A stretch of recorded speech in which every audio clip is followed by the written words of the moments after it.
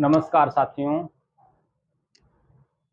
Doctor Bhadauria's health care आप सभी का एक बार पुनः स्वागत करता है अपने YouTube channel doctor Bhadauria's health care Rishiraj homeopathy में। साथियों, आज 14 सितंबर हिंदी दिवस। सर्वप्रथम आप सभी को हिंदी दिवस की बहुत बहुत हार्दिक शुभकामनाएं। साथियों, हिंदी दिवस पर कुछ अपने विचार आपके बीच रख रहा हूं। आशा है आपको पसंद आएंगे और आपसे उम्मीद करता हूं कि इन विचारों को अपने जीवन में धारण करने का प्रयास करें। इन विचारों को जीवनोपयोगी बनाने का प्रयास करें, तभी हमारे हिंदी दिवस की सार्थकता वास्तव में सिद्ध होगी। साथियों, हिंदी दिवस केवल एक विशेष दिन को हिंदी दिवस के रूप में मना लेना, ये भारत जैसे देश के लिए मेरी समझ से कोई बहुत अच्छी बात नहीं है। क्योंकि भारत देश, जिसका पुराना नाम आर्यावर्त आप सभी जानते हैं, जिस देश की मूल संस्कृति और हिंदी है, उस देश में केवल एक दिवस के रूप में हिंदी दिवस मनाना ये बहुत बड़ा दुर्भाग्य है।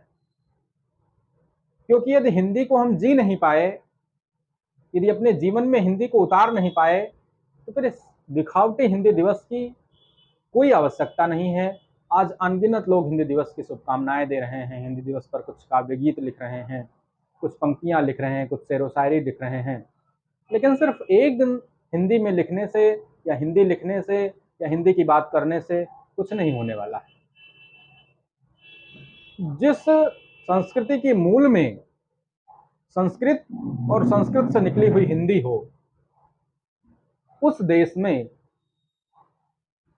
यदि हिंदी की इतनी बुरी हालत हो, तो इससे बड़ा दुर्भाग्य उस देश और देशवासियों के लिए क्या हो सकता है। आप विचार कीजिए, हिंदी आज मात्र भारत में इस तरह की उपेक्षा का शिकार होती जा रही है कि जैसे तो बाहर से आई हुई भाषा है। साथियों, इस भारत देश में हिंदी को जानने और समझने वाले 99% लोग हैं, लेकिन फिर भी हिंदी उपेक्षा का शिकार है। मैं किसी भाषा का विरोध नहीं कर रहा हूं, अपनी भारतीय भाषा का समर्थन अवश्य करूंगा। साथियों, हिंदी दिवस की सार्थकता इसमें है कि आप हिंदी को अपने जीवन में उपयोगी बनाइए, हिंदी को अपने जीवन में अपनाइए। हिंदी मात्र एक भाषा ही नहीं है, हिंदी भारत की आत्मा है। संस्कृत इसके मूल में है। संस्कृत से निकली हुई यह भाषा पूरे भारतवर्ष को एक सूत्र में पिरोने का कार्य करेगी। यह वचन महर्षि स्वामी दयानंद सरस्वती का है। हिंदी एक ऐसी भाषा है कि जिसे आम आदमी समझ सकता है, पढ़ सकता है, लिख सकता है। अन्य भाषाओं को हर व्यक्ति के लिए पढ़ना समझना भारत देश में इतना आसान नहीं है। यदि हम अन्य भाषाओं की बात करें तो इंग्लिश को बहुत मुश्किल 5 से 10% लोग अच्छे से समझ पाते हैं, लेकिन फिर भी आज अंग्रेजी भाषा हमारी हिंदी जैसी मातृभाषा पर हावी हो गई है। एक अंधानुकरण का दौर चल पड़ रहा है और इस अंधानुकरण की दौड़ में, इस चकाचौंध में हम अपनी मूल संस्कृति से, मूल सभ्यता से कटते जा रहे हैं। साथियों, यदि हम थोड़े शब्दकोश की बात करें, केवल आपको एक उदाहरण दे रहा हूं। हिंदी में जब हम अपने रिलेशन में चाचा, चाची, मामा, मामी, पड़ोस के किसी सखी सहेली या भाभी या चाची, किसी को भी पुकारते हैं या संबोधन करते हैं तो हिंदी के लिए सबके शब्द अलग अलग हैं। चाचा को चाचा कहेंगे, मामा को मामा कहेंगे, फूफा को फूफा कहेंगे, पड़ोस के कोई व्यक्ति हैं तो भाई साहब कहेंगे, भैया जी कहेंगे, अनेक अलग अलग संबोधन होते हैं। लेकिन यदि अंग्रेजी में वही हम बात करें तो चाचा, मामा, मौसा, इन सब के लिए अंकल, सिर्फ एक शब्द जो है वो अंकल। अब आजकल लिखने को मामा भी अंग्रेजी में लिख रहे हैं, मौसा भी अंग्रेजी में लिख रहे हैं, लेकिन पड़ोस के किसी व्यक्ति को पुकारना हो तो अंकल ही पुकारते हैं। इसी प्रकार से चाची, मामी, मौसी, ताई, सबको आंटी, जबकि हिंदी शब्दकोश में सबके अलग अलग वाक्य हैं।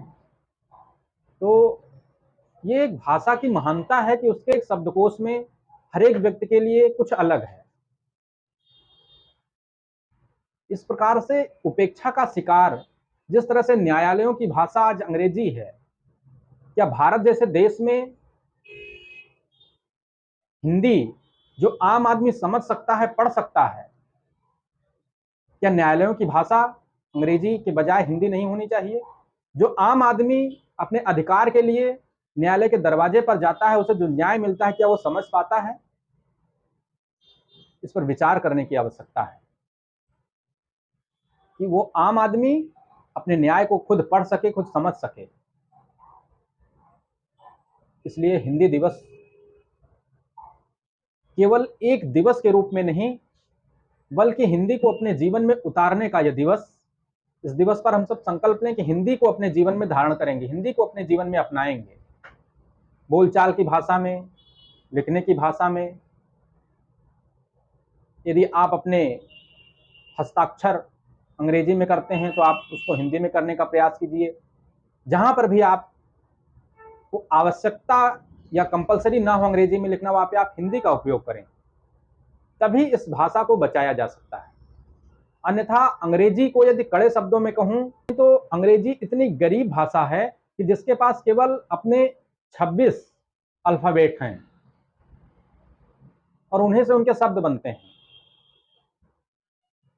सबसे कम अल्फाबेट यदि किसी भाषा में है तो अंग्रेजी है, और सबसे कम देशों में भी यह है,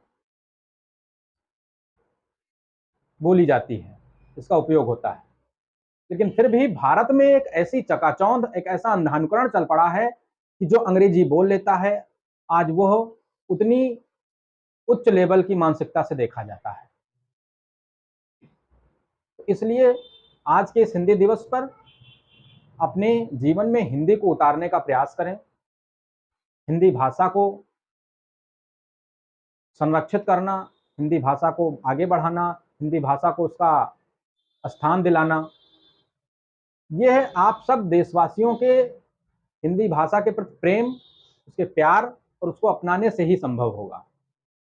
अन्यथा एक दिन हम हिंदी दिवस मना लेंगे और अन्य दिन फिर अपनी दैनिक क्रियाकलाप में यदि हिंदी को नहीं अपनाएंगे तो फिर ये केवल एक दिखावा मात्र है।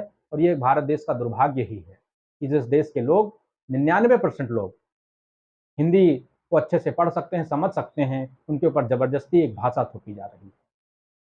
अंग्रेजी एक सब्जेक्ट तक सीमित है, अच्छी बात है, एक सब्जेक्ट के रूप में होना चाहिए, जानकारी हर भाषा की होनी चाहिए, लेकिन अपनी मूल भाषा को छोड़ करके अन्य भाषाओं में जाना, ये बुद्धिमत्ता की बात नहीं है।